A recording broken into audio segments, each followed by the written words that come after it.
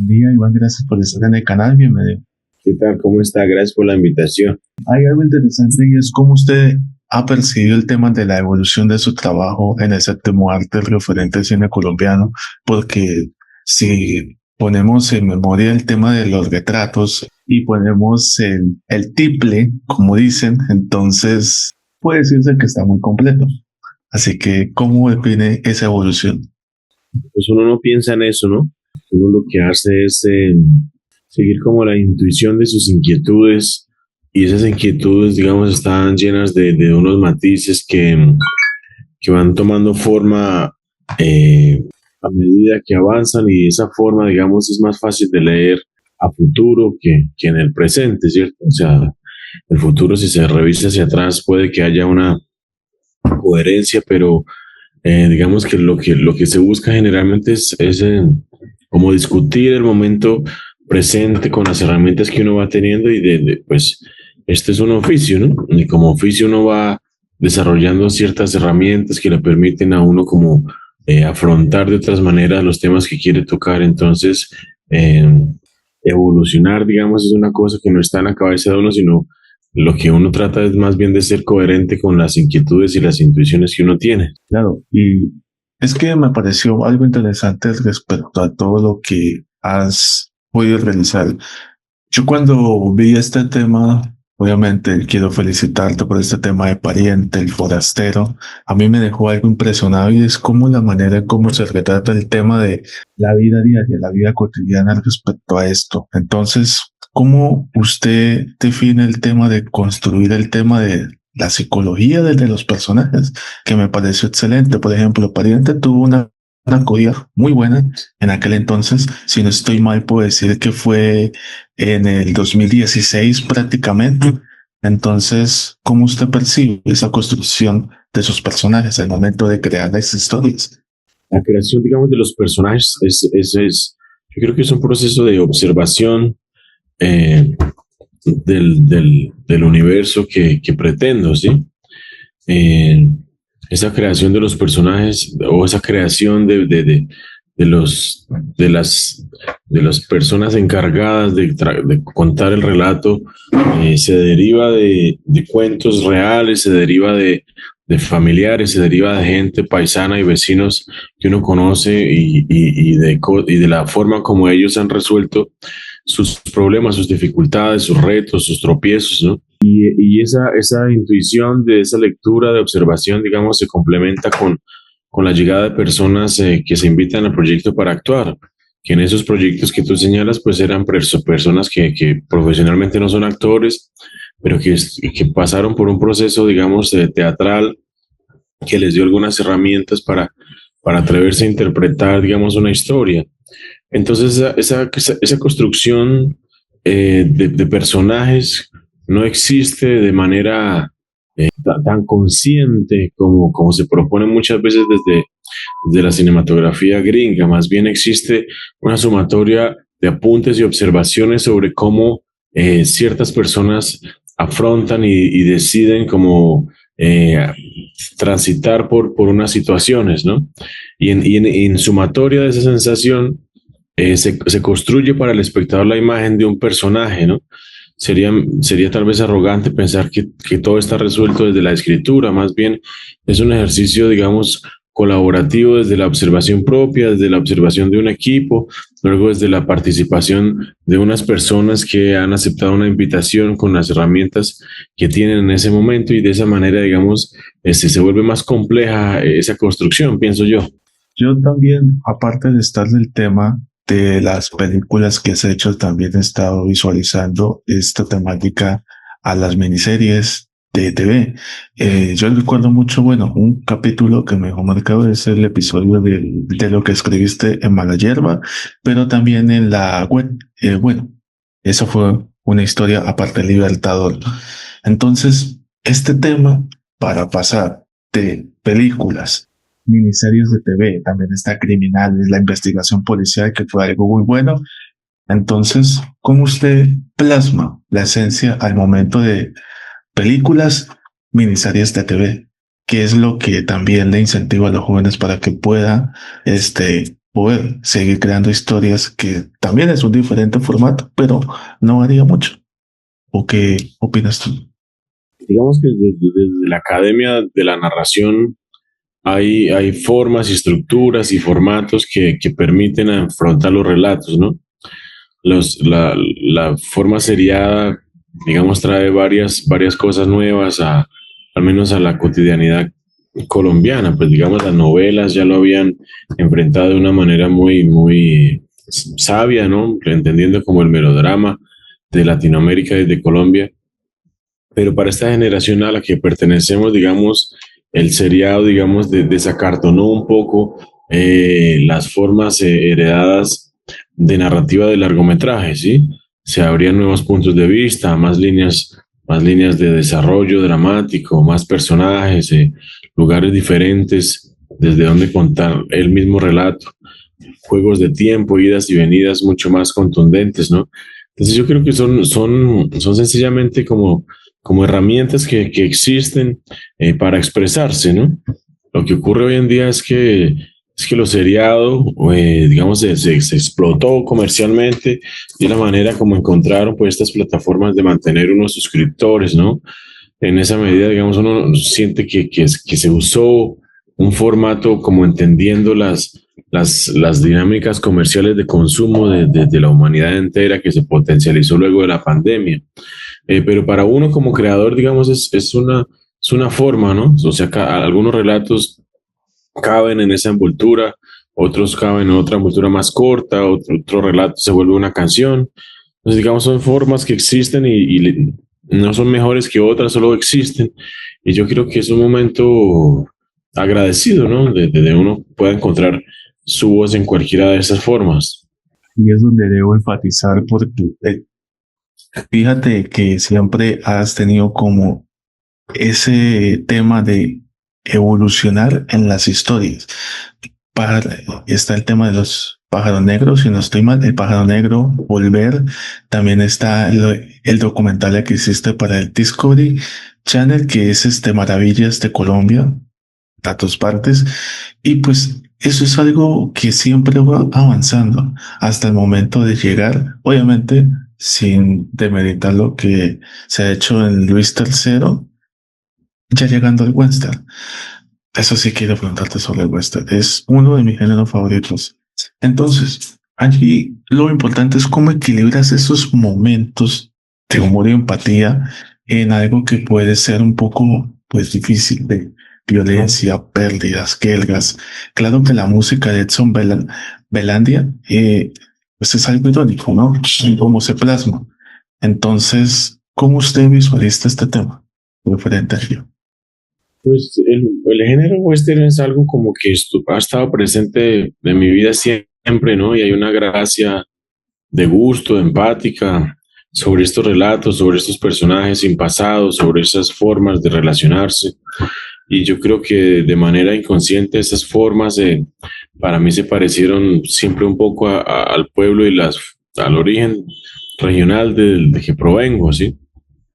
Eh, Al mismo tiempo, digamos, como que en mi casa siempre estuvo presente el género y luego ante la realidad del cine colombiano en tiempo presente que supone una especie de comercial, una especie de ruptura comercial del público que asiste a salas con el cine, me parecía también y nos parece como equipo de trabajo que usar los géneros que también vienen de la Academia Estadounidense, de alguna manera podría ayudar a generar una mejor percepción de la película en cartelera, ¿sí?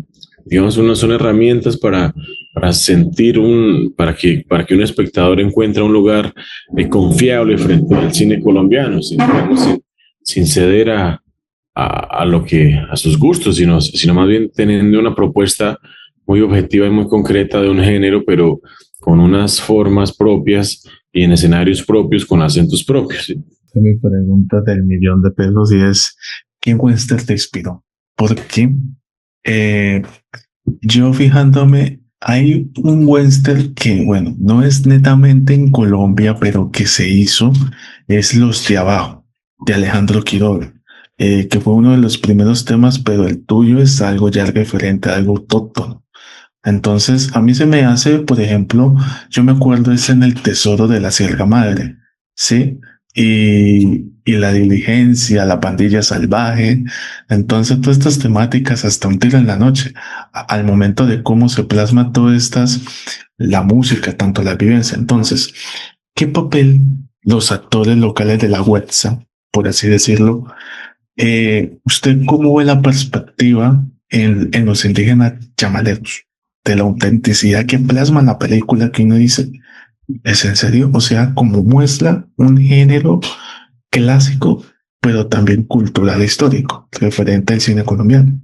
Vemos que desde la propuesta de la búsqueda de Adiós al Amigo había una necesidad de teorizar en los tiempos que teníamos sobre la participación de ciertos pueblos en la Guerra de los Mil Días, ¿no? Que siempre se siente cercana cuando uno es de Santander, ¿no?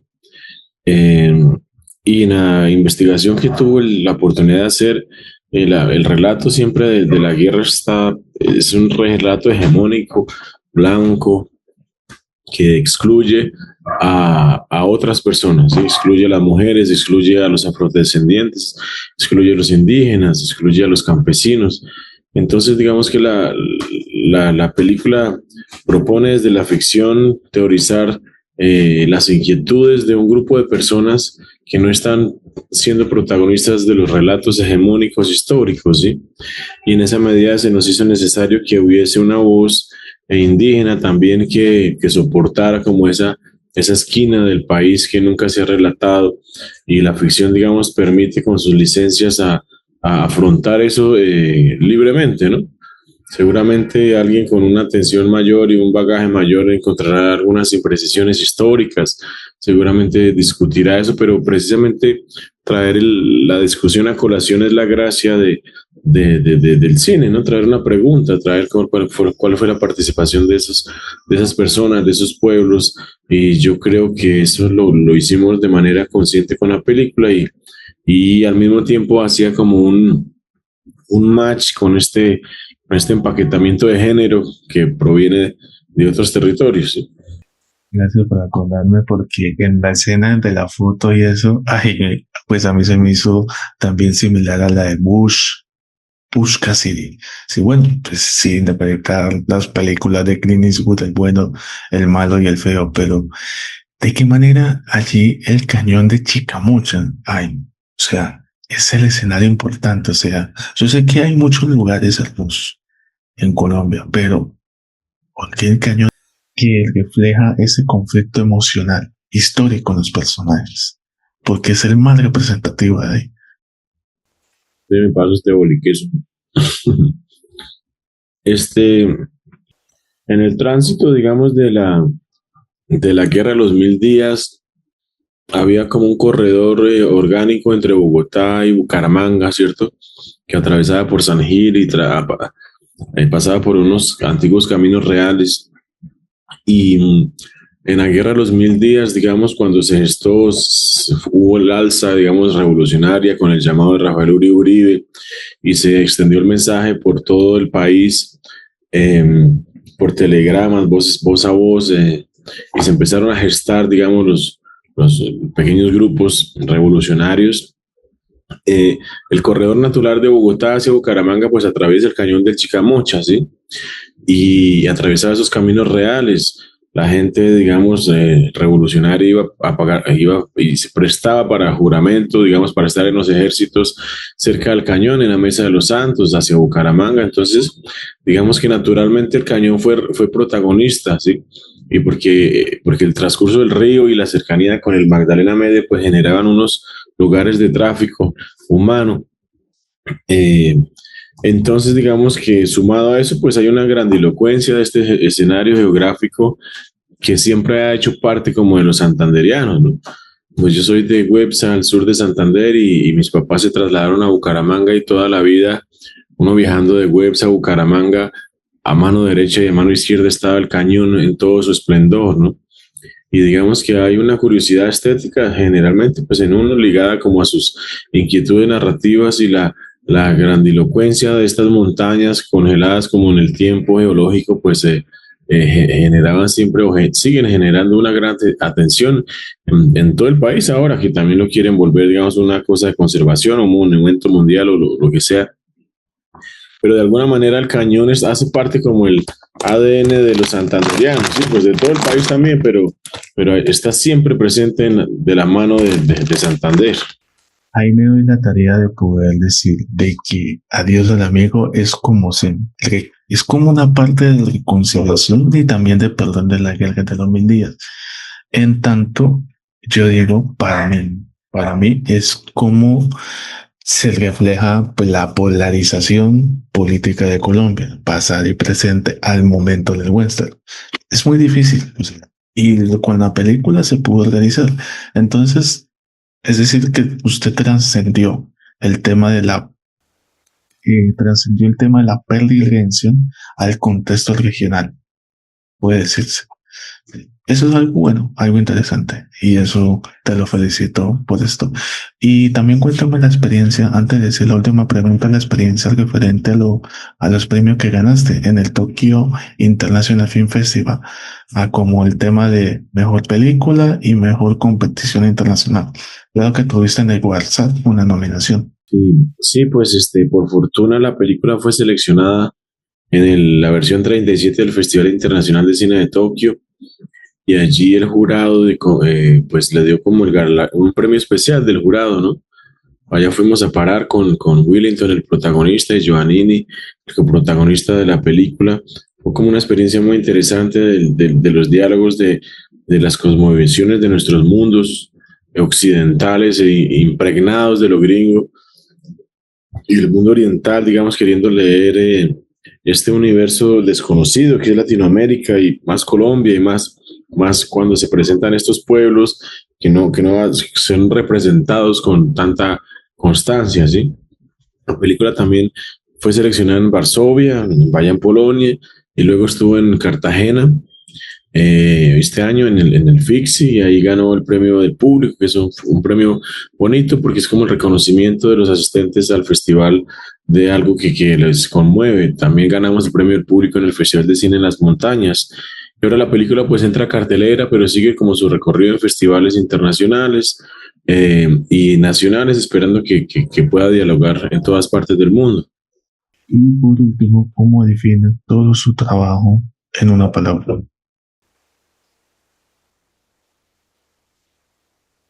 En una sola palabra, ¿cómo defino todo mi trabajo? Como un corrido. Puede decirse, sí, oeste. Sí, es que faltaba una película que representara todo eso. Eso es importante.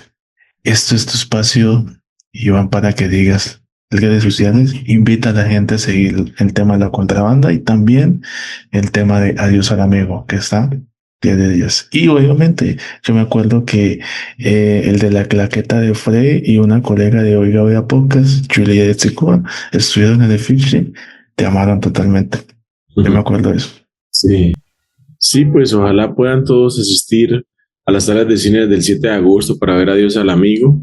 En nuestras cuentas de redes sociales, la contra raya al piso banda, en mi cuenta personal Iván de Gaona, en la cuenta de la productora La Juanita Duquino, y nuestra empresa La Contrabanda, pues estamos todo el tiempo posteando y compartiendo, digamos, los espacios y los lugares donde se va a dialogar la película, donde se va a exhibir, y pues ojalá estén todos atentos ahí, y nos vemos pues en las salas de cine. Muchas gracias por la oportunidad, gracias por hacer esta película de western. Como te digo, a los amantes de los western nos fascina y bueno, mucho éxito. Bueno, gracias, John. Ahí estamos en contacto entonces. Claro que sí, fuerte abrazo, chao, chao.